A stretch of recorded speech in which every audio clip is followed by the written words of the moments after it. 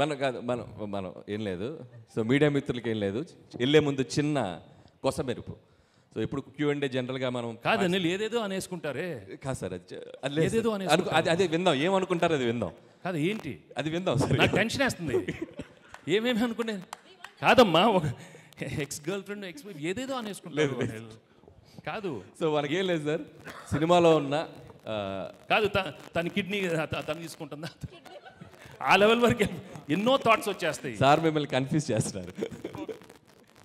So ఏం లేదు, చిన్న పజిల్. సో ఇక్కడ ఆల్రెడీ మీరు కొన్ని క్యారెక్టర్స్ చూశారు. So X cap, excellent wife, ex girl friend, ఒక సీఎం గారు నరేష్ గారు అండ్ పార్టీ ప్రెసిడెంట్ వీటీ గారు. మీకు బ్యాక్లో కొన్ని క్యారెక్టర్స్ డిస్ప్లే అవుతున్నాయి ఇప్పుడు. So Jailer, Bihar Orissa rowdies and the Microsoft company CEO and constable. So వీళ్ళందరి మధ్య ఒక కథ నడుస్తుంది. సో నాకు మీడియా మిత్రులంటే ఒక గౌరవం. ఎందుకంటే ఒకరు ఇంటర్వ్యూ ఇస్తే అప్పట్లో వాయిస్ రికార్డులు లేని టైంలోనే చక్క పాయింట్లు అట్లా అర్థం కాని పాయింట్ రాసుకొని ఆ 4 హైలైట్స్ పెట్టుకుని అందంగా రాస్తారు ఒక ఇంటర్వ్యూ ఏదైనా. So they can connect the things very well. చిన్న ఇన్ఫర్మేషన్ కూడా చాలా బ్యూటిఫుల్గా కన్వే చేస్తారు. సో మీ ముందు ఈ చిన్న ఇన్ఫర్మేషన్ని డాట్స్ కనెక్ట్ చేస్తూ ఈ సినిమా కథ ఏమై ఉంటుంది అని గెస్ చేయండి. సో చేయటం వల్ల మీకు ఏదో టైంపాస్ మాకేంటని మీరు అనుకోవచ్చు. ఇందాక నుంచి సంక్రాంతిగా రాజుగారు అంటున్నారు కాబట్టి ప్రీ రిలీజ్ ఈవెంట్ రోజు కథని దగ్గరగా గెస్ చేసిన వాళ్ళకి అల్టిమేట్ గిఫ్ట్ ఇవ్వబోతున్నాం. ఏంటి 25 lakhs. ఉండవయ్యో, అయ్యయ్యో. అసలే బడ్జెట్ నేను పెద్ద అమౌంట్ ఏదో చెప్పేశారు. మంచి అనౌన్స్ చేశాడు, ఈ సినిమాకి తీసుకున్న రెమ్యునరేషన్ గిఫ్ట్ ఇస్తాడంట. అప్పుడే ఇంట్రెస్ట్ లెవెల్ బాగుంది. 25,000 అంటే ఎవరికి కావాలి? 25 lakhs అంటే నైట్ సో ఇప్పటికిప్పుడు స్పాంటేనియస్గా ఈ కథ ఏమిటో మీరు చెప్పాలి. పాత్రలన్నీ మీ కళ్ళ ముందు ఉన్నాయి. సో ఆ పాత్రలు ఎలా కలుస్తాయి? కాదు అనిల్, నువ్వు ఏదో అనుకున్నావు కానీ సైలెంట్ గా మైక్ ఎవరి దగ్గర ఉంది అక్కడ? అదే వాట్ ఆర్ యూ టాకింగ్? తీసేసుకున్నారు మైక్. కాదు, ఫస్టే మీరు చెప్పేస్తారా? అంటే అలా కాదు, మీరు కథ గెస్ చేయమన్నారు ఓకే. అంటే మీ కథ మొత్తం బయటకు వచ్చేస్తే ఏం ప్రాబ్లం లేదా? అంటే కథ బయట అడిగారు కదా పాపం. ఏం పర్వాలేదు. మీరు నిజంగా కథ మొత్తం గెస్ చేస్తే అసలే మీకు సన్మానం చేసి నెక్స్ట్ పిక్చర్ రైటింగ్ టీంలో మీకు ఇచ్చేస్తా. వద్దులేండి, కథ అంతా రివీల్ చేయడం అంత పెద్ద బాగోదు. ఓకే. అంటే యాక్చువల్గా నాకు మీ సినిమాల్లో F2 ఇష్టం అని చెప్పి దిల్రాజు గారు అన్నారు, కానీ నాకు రాజా ది గ్రేట్ ఇష్టం.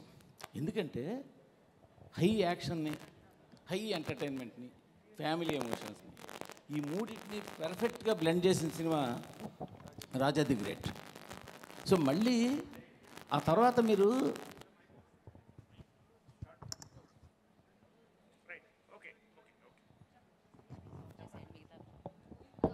హలో తర్వాత మీరు ఎంటర్టైన్మెంట్ చేస్తున్నారు కానీ యాక్షన్ కొంచెం వదిలేశారు. నాకు ఈ సినిమా చూస్తుంటే మళ్ళీ రాజా ది గ్రేట్ లాగా అటు ఫ్యామిలీ, ఇటు యాక్షన్, అటు వెంకీ గారికి కావాల్సిన ఇంటింట్లో ప్రియురాలు, ఒంటింట్లో ప్రియురాలు, ఆ బ్లెండ్ ఇవన్నీ కలిపి మీరు కథ అల్లినట్టు కనిపిస్తుంది. బేసిక్గా సీఎం ఉన్నారు, పార్టీ ప్రెసిడెంట్ ఉన్నారు, CEO ఉన్నారు, సో అక్కడ గ్యాంగ్స్టర్లు ఉన్నారు. సో ఒక క్లైమాక్స్లో ఏదైనా ఒక కిడ్నాప్ డ్రామా లాంటిది ఏదో మిక్స్ చేసి ఉంటారని అనుకుంటున్నాను. సో ఎక్స్ కాపుకి పిలుపు రావడం, ఎక్స్ కాపు వెళ్ళి సేవియర్ లాగా ఆ స్టేట్ గవర్నమెంట్ ప్రాబ్లమ్ని సాల్వ్ చేయడం, ఈ సాల్వ్లో ఇద్దరు హీరోయిన్లు ఆయన పక్కన ఉండి ఎంటర్టైన్మెంట్ చేయడం, ఇదన్నీ నేను అనుకుంటున్నాను.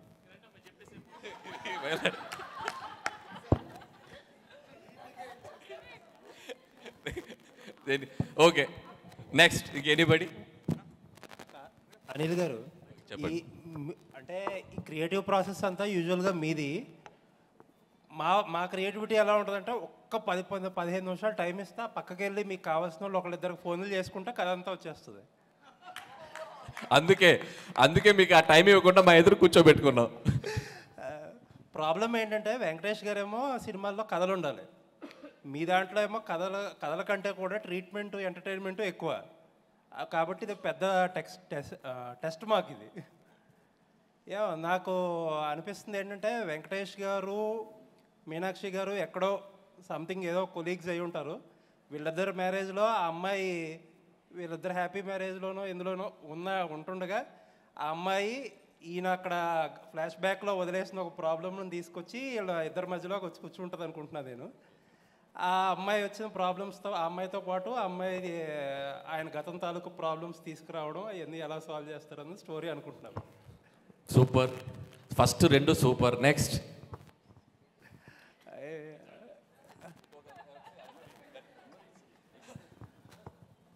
మీనాక్షిని బిఫోర్ ఎంట్రీ అమ్మాయిని ఏదో సిచ్యువేషన్లో సేవ్ చేసి ఉంటారు కాపుగా ఉన్నప్పుడు. తర్వాతకి ఈయనకేదో ఒక డెఫిషియన్సో ఏదో వచ్చి ఏదో ప్రాబ్లమ్స్లో ఉండుంటారు. అప్పటికి ఈ అమ్మాయికి వీళ్ళ ఆ CEO వీళ్ళకి ఏదో ఇష్యూ ఉండి ఉంటుంది. ఆ ఇష్యూని సాల్వ్ చేయడానికి ఈ అమ్మాయి హెల్ప్ చేసి ఉంటుంది. ఓ వండర్ఫుల్. Next anybody? సార్ ఇక్కడ సార్ సాఫ్ట్వేర్ యజమాని ఎవరైతే ఉన్నారో ఓకే, సో తను మర్డర్కి గురవుతాడు అనుకుంటున్నాను. దాన్ని సాల్వ్ చేయడానికి ఎక్స్ కాపుగా ఉన్నటువంటి గర్ల్ ఫ్రెండ్ సహాయంతో ఇప్పుడు ఎవరైతే IPS ఉన్నారో మీనాక్షి గారి సహాయంతో ఎక్స్ కాపుగా ఉన్న అతను తన వైఫ్ ద్వారా ఈ కేసుని అంతా ఛేదిస్తాడు. దానికి అక్కడ ఉన్నటువంటి CM కావచ్చు, వాళ్ళ ఏవైతే పార్టీ ప్రెసిడెంట్ ఎక్స్ సాఫ్ట్వేర్ దానికి లింక్ ఉంటుంది. దానికి CM ఏ విధంగా సహాయపడతాడు, ఆ మధ్యలో జరిగిన డ్రామా ఏంటి, వాళ్ళ ఫ్యామిలీ ఆ మర్డర్ని ఏ విధంగా చేంజ్ చేస్తుంది, ఏ విధంగా ఆ కేసును సాల్వ్ చేస్తుంది అనేది గెస్సింగ్ సార్. అంటే నిజంగా చాలా ఇంట్రెస్టింగ్ ఉంది. అంటే ఒక ప్లాట్ పాయింట్కి ఎన్ని పాయింట్ ఆఫ్ వ్యూస్ ఉన్నాయో తెలుస్తుంది. సార్ అది కాదు సార్, ఇది సినిమా షూటింగ్ మొదలెట్టే ముందు పెట్టుంటే 4-5 కథలు తిద్దరు, సీక్వెల్ తిద్దరు. ఇప్పుడు పర్లేదు, ఇప్పుడు నోట్ చేసుకుంటాం. బాగా చెప్తే అనిల్ గారు, ఊర్లో అమ్మ ఫోన్ చేసి ఎర్ర దీపావళికి వస్తున్నావా, ఉగాదికి వస్తున్నావా అంటే, లేదమ్మా మేము సంక్రాంతికి వస్తున్నాం అని చెప్పుంటారు. అంతే కదా స్టోరీయా? ఓకే, ఇంతకు మించి స్టోరీ సార్ అది కాదు సార్. ఒక పోస్టర్ పెట్టి కథ చెప్పమంటే కాదు, పోస్టర్ అండి, మీకు అన్ని క్యారెక్టర్స్ ఉన్నాయి, ఒక కథలో ఉన్న పాత్రలన్నీ ఉన్నాయి. ఇప్పుడు మూర్తి గారు చెప్పారు, సార్ చెప్పారు, అండ్ ఆయన చెప్పారు, లక్ష్మీనారాయణ గారు చెప్పారు. వాళ్ళు నేను ఎంతవరకు చెప్పారంటే లాస్ట్లో చెప్తా, but they tried very well. అది వెరీ వెల్. అది సరే, ఇప్పుడు సంక్రాంతికి వస్తున్నారు కాబట్టి ఈ టైటిల్ పెట్టారు. ఒకవేళ సంక్రాంతికి రాకపోతే X3 అని పెట్టేవారా? లేదండి, X3యా? X3 ఓ ఎక్స్గా అంటే ఈ సినిమా కథలోనే అది భాగం. అదేంటనేది మీరు సినిమా చూసాక అర్థం అవుతుంది, ఎందుకు పర్టికులర్గా సంక్రాంతికి వస్తున్నాం అని చెప్పడం. There is a reason for that. ఏదో రిలీజ్ గురించో ఫెస్టివల్ దీని గురించో, కాబట్టి there is a reason for that. Anil గారు, ఇక్కడ నేను కథ కింద ఏం ఊహించను, కానీ నేను ఒకటి అడుగుతా మిమ్మల్ని. సార్ మేము అడిగింది ఒకటి చెప్పి మీరు అడగండి సార్. అదే చెప్తా, మేము అడిగిన దానికన్నా ఏదో ఒకటి చెప్పి అడగండి. భగవంత్ కేసరిలో జైలర్ చచ్చిపోతే SI చచ్చిపోయినట్టు బ్రేకింగ్ వేసిన అనిల్ రావుపూడి ఈ సినిమాలో పక్కన IPS ఆఫీసర్ని పెట్టుకొని అట్లాంటి తప్పులు చేయకుండా ఈ సినిమా తీస్తున్నారు. మీరు ఇంకా మర్చిపోలేదు అది. సమస్యలు ఎందుకు? అసలు ప్రపంచంలో ఎన్ని సమస్యలు ఉన్నాయి సార్, ఎన్ని సమస్యలు ఉన్నాయి నాకు అర్థం కాల. ఇదే సినిమా కాదు, న్యూస్ బులెటిన్లో జైలర్ బదులు SI రాసామంట. అది మర్చిపోరా మీరు? 1 year అయింది సార్ మూర్తి గారు. అదేంటి, అది నా తప్పు కూడా కాదు, కింద జైలర్ బదులు SI రాశారు. ఆయన ఇంకా గుర్తుపెట్టుకుని అడుగుతున్నారు. My God. సార్ అనిల్ గారు నాకు 2 అనుమానాలు. దిల్ రాజు గారు ఇదంతా ఫిట్టింగ్ పెట్టి కథలని చెప్పి ఆయన మనసులో మీరు మా సినిమాలు బాగున్నాయని బాగాలేదని అంటారు కదా, బాగా అయ్యిందిలే మీకు, మీ క్రియేటివిటీ మీరే చూసుకోండి అని ఆనందిస్తున్నారేమో అని ఒక అనుమానం. ఇంకొక అనుమానం ఏంటంటే, మొత్తం కథలన్నీ కలెక్ట్ చేసుకుంటారు, మాకేదో ప్రీ రిలీజ్లో గిఫ్ట్ అంటారు, మీరు ఇప్పుడు 15 కోట్లు 20 కోట్లు పెట్టి ఆ కథలతో సినిమాలు తీసేస్తారని ఒక భయం ఉంది. ఖచ్చితంగా మీరు చెప్పిన కదా మీకు గుర్తుంటుంది, మీ క్రెడిట్ మీకు ఇస్తాం, కావాలంటే రెమ్యునరేషన్ కూడా ఇస్తాం. యా, అదే ఐడియా. కథే చెప్పాలి వెంకట్ గారు, కథే చెప్పాలి. కదే అండి. అంటే నాకు గతంలో ఒక సినిమా చూశాను, జీవిత ఖైదీ అని, శోభన్ బాబు గారిది. అందులో కూడా జయప్రద, జయసుధ గారు, శోభన్ బాబు గారు SI, జయప్రద గారేమో పోలీస్ ఎక్స్ లవర్, జయసుధ గారేమో వైఫ్. ఈ ముగ్గురు సేమ్ క్యారెక్టర్స్ ఇవి. కాకపోతే దాంట్లోనేమో జయప్రద గారు చనిపోతారు, సీరియస్గా అది క్లైమాక్స్. ఇందులో మీరు ఫన్గా చూపిస్తున్నారేమో నాకు అదే. కాకపోతే అంటే ఆ క్యారెక్టర్స్ చూసినప్పుడు 3 క్యారెక్టర్స్ కూడా జీవిత ఖైదీ ఆ సినిమా క్యారెక్టర్సే నాకు ఇక్కడ వచ్చినాయి. సేమ్ క్యారెక్టర్స్, సేమ్ మొత్తం అలా అయితే అనిపించింది. Fun, serious. అది అంటే మీరు కథ చెప్పలేదు, నాకు ఆ క్యారెక్టర్స్ నాకు అయ్యే క్యారెక్టర్స్ చెప్పారు. Okay okay, done done. Okay next next Lakshmi గారు కథ చెప్తున్నారు అంతే, ఏంటండి? క్వశ్చన్స్ కాదు. అందుకేగా మిమ్మల్ని అడుగుతున్నాం. అడగండి, చెప్పండి. సారీ, అనిల్ గారు ఇక్కడ అనిల్ గారు ఒక్క నిమిషం. సో సీఎం మనవడు అనుకుంటా అబ్బాయి, ఐశ్వర్య రాజేష్ సీఎం కూతురు. ఆ ఒడిశా వాళ్ళు వచ్చి కిడ్నాప్ చేస్తారు ఎవరిని? సీఎం మనవండి ఐశ్వర్య అన్ని బుల్రాజు గారిని కిడ్నాప్ చేస్తే ఆ టైంలో అంటే సీఎం జాబ్. సో మైక్, ఇంకో మైక్ తీసుకోండి. సో అతను సీఎంగా ఉన్నప్పుడు ఏదో ఇష్యూస్ వచ్చి ఆయన జాబ్ వదిలేస్తాడు, వైఫ్ని కూడా వదిలేస్తాడు. మళ్ళీ కొడుకు కోసం వీళ్ళందరూ కలుస్తారు. అప్పుడు ఆమె ఎంప్లాయీగా ఉన్నారు, కాప్గా ఉన్నారు. సో కొడుకుని కనిపెట్టడానికి వీళ్ళంతా ఒక గేమ్. అందులో లాస్ట్లో ఆ లేడీస్కి సంబంధించి సమ్ సెన్సిటివ్ పాయింట్ ఇస్తారనిపిస్తుంది. ఎందుకంటే అనిల్ రావుపూడి అంటే 100% ఒక మెసేజ్ ఉంటుంది. అది భగవంత్ కేసరి కావచ్చు, ఇప్పుడు కావచ్చు. ఇది మొత్తం సీఎం పాయింట్ ఆఫ్ వ్యూలో ఉంది. ఇప్పుడు మీరు చెప్పిన దాంట్లో అనిల్కి ఒక కొత్త స్టోరీ దొరికిందండి, సీక్వెల్ దొరికింది. అండ్ ఇంకోటి ఇందాక మీరు అన్నట్టు దిల్ రాజు గారికి దీంట్లో ఏం ప్రమోయం లేదు మొత్తం. ఇది అనిల్ నిన్న ఫోన్ చేసి సరే ఇలా కొత్తగా చేద్దాం అనుకుంటున్నా నీ కాన్సెప్ట్ చెప్పాడు. సో చాలా బాగుంది చెయ్యని ఇలా అనుకున్నాం అంతే. నాది దీంట్లో ప్రమేయం లేదు. ప్రమేయం అంటే కుదరదు, గెస్ట్ చేసిన వాళ్ళకి గిఫ్ట్లు ఇవ్వాల్సిందే. అనిల్ గారు ఇక్కడ నెక్స్ట్ కదా అనిల్ గారు నెక్స్ట్ కదా ఓపెన్ చేస్తే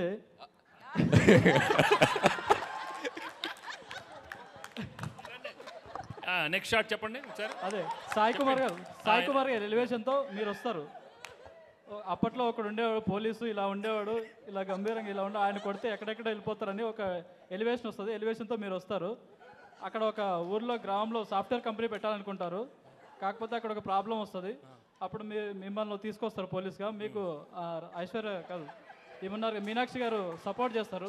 ఆమె ఆల్రెడీ డిపార్ట్మెంట్లో ఉంటారు. సపోర్ట్ చేసిన తర్వాత మీరు ఎలాగో ఎక్స్ గర్ల్ ఫ్రెండ్ కాబట్టి మీ మధ్యలో మళ్ళీ ఆమె వస్తారు. అలా ఫండ్ నడుస్తూ ఉంటుంది. ఆ తర్వాత సీఎం ఏం చేశారు, అలాగే పార్టీ ప్రెసిడెంట్ ఆ ఊరిని కాపాడడానికి, అలాగే అక్కడ ఫ్యాక్టరీ మైక్రోసాఫ్ట్ ఫ్యాక్టరీ రావడానికి ఏం చేశారు అనేది ఒక స్టోరీ అనుకుంటున్నాను. కాదు, తెలుగు ఫిల్మ్ ఇండస్ట్రీలో ఒకరు కథ చెప్తుంటే లైవ్ పర్ఫార్మెన్స్ చేసింది ఇదేనేమో.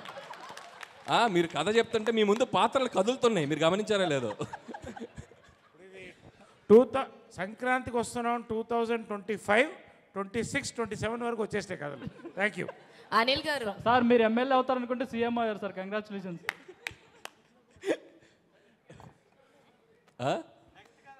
అనిల్ గారు పక్కా అనిల్ గారు ఇక్కడ కీర్తి. నేను ఎక్స్పెక్ట్ చేసిన స్టోరీ అయితే కనుక ఫస్ట్ స్టోరీ స్టార్టింగ్ అవసరాల శ్రీనివాస్ గారితో స్టార్ట్ అవుతుంది. సో అవసరాల శ్రీనివాస్ గారికి మాఫియాకి మధ్యన జరిగే ఇష్యూస్లో రిమైనింగ్ కథ అంటే వెంకటేష్ గారి కథ ఒక ఫ్యామిలీ ఎంటర్టైనర్ మధ్యలో వస్తూ ఉంటుంది. సో ఆ కథలో వచ్చిన ఒక చిన్న ప్రాబ్లంకి కీ పాయింట్ సాయి కుమార్ గారు.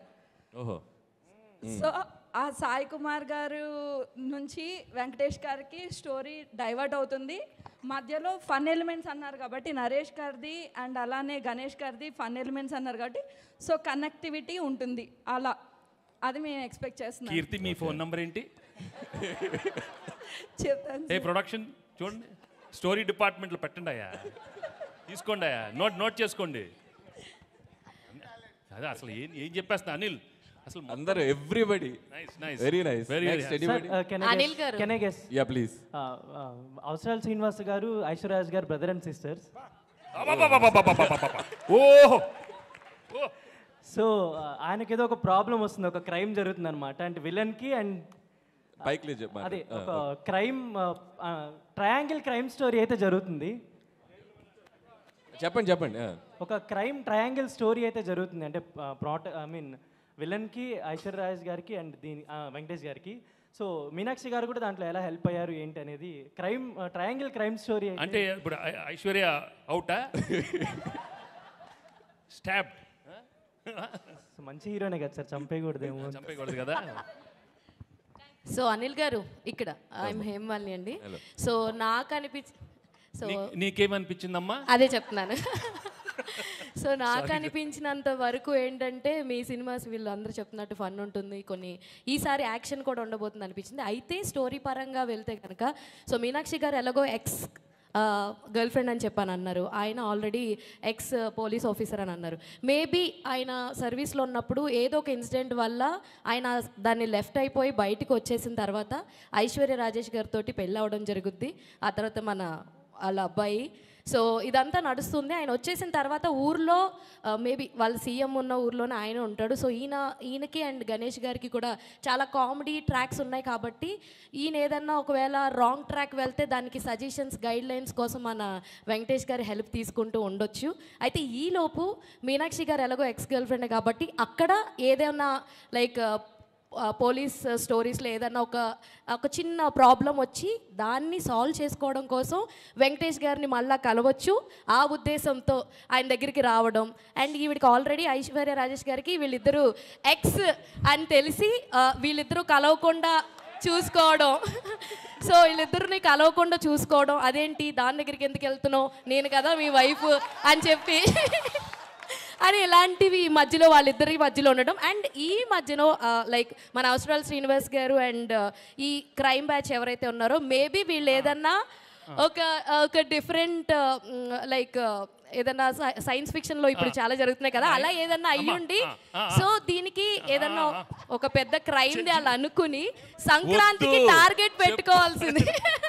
వాళ్ళు సంక్రాంతికి అదేమన్నా మనం ఆ సంక్రాంతి టైంలో దాన్ని చేద్దాము అమలు చేద్దాం అని అనుకుని ఉండొచ్చు. మేబీ అందుకే సంక్రాంతికి వచ్చామని ఒక టైటిల్తో రావు. నువ్వు చెప్పే లోపల మేము జనవరి 14 వచ్చేసింది. Jan 14 రేపే రిలీజ్. ఏంటమ్మా వెరీ గుడ్. అనిల్ గారు చెప్పండి. యాక్చువల్గా రమేష్ గారు, నరేష్ సీఎం అండ్ ఆయన పార్టీ ప్రెసిడెంట్, వీళ్ళిద్దరి మధ్యలో ఒక అమ్మాయి ఉంటుంది. సో వాళ్ళిద్దరి మధ్యలో అమ్మాయి, ఒక అమ్మాయి అంటే లవ్ స్టోరీ అంతా. వాళ్ళిద్దరి మధ్యలో ఒక అమ్మాయి మేబీ తను మర్డర్ అయి ఉండొచ్చు. వాళ్ళ దగ్గర ఈ పోలీస్ ఆఫీసర్ పనిచేస్తుండొచ్చు, అంటే ఈమెకు సంబంధించి మీనాక్షి.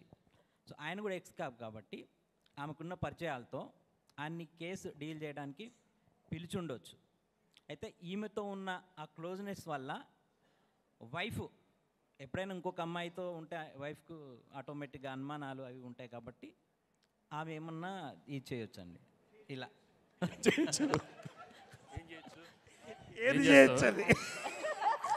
చేస్తావే? ఏం చేస్తా? ఎక్స్ గర్ల్ ఫ్రెండ్ ఏం చేస్తావు? ఏం చేస్తావు చెప్పు. పెళ్ళైన మొగాడి ఆడదాన్ని ఎవరన్నా కన్నెత్తి చూస్తే వాళ్ళు కాళ్ళు కట్ చేసి పొయ్యిలో పెడతా, చేతులు నరికి మిషన్లో పెడతా. వద్దు. Okay very good. అనిల్ గారు చాలా ఎక్కువైపోయింది కథలు. నాకు అన్ని కథలు వద్దమ్మా. నాకు ఓకే లాస్ట్ అనిల్ గారు. ఎస్ హాయ్ అండి, this is Rani. So first of all Meenakshi గారికి అంటే అవసరాల శ్రీనివాసరావు గారు ఒక సాఫ్ట్వేర్ కంపెనీకి CEO అన్నారు కదా, సో ఆయన వల్ల ఏదైనా ప్రాబ్లం అయి ఉండొచ్చు. ఎలాగో వెంకటేష్ గారు ఎక్స్ కాప్ కాబట్టి సో ఆయన సజెషన్స్ కోసం ఇంటికి వస్తే ఐశ్వర్య గారికి వెంకటేష్ గారికి మధ్యలో మీనాక్షి గారు రావడం కొద్దిగా ఎంటర్టైన్మెంట్గా ఉంటుంది. అండ్ అలాగే బాలరాజు ఎవరైతే ఉన్నారో నరేష్ గారికి అండ్ అలాగే పార్టీ ప్రెసిడెంట్ గారికి మధ్యన మీరు లవ్ ట్రయాంగిల్ లవ్ స్టోరీ నడుస్తుంది అని చెప్పారు కాబట్టి సో అతని వల్ల ఏమన్నా నరేష్ గారికి అండ్ అలాగే ప్రెసిడెంట్ గారికి మధ్యన ఒక స్టోరీ ఉండొచ్చు. సో వీటన్నిటిని సాల్వ్ చేయడానికి సంక్రాంతికి మేము మీ దగ్గరికి వస్తున్నాం అనే ఏదైనా పాయింట్తో వెళ్ళి ఆ ఇష్యూని ఏమన్నా సాల్వ్ చేస్తారేమో అనిపించింది. వీడు ఎవడు బాబు? ఎవరు బాబు వాడు? మీ బాబు. నాకు తెలీదు.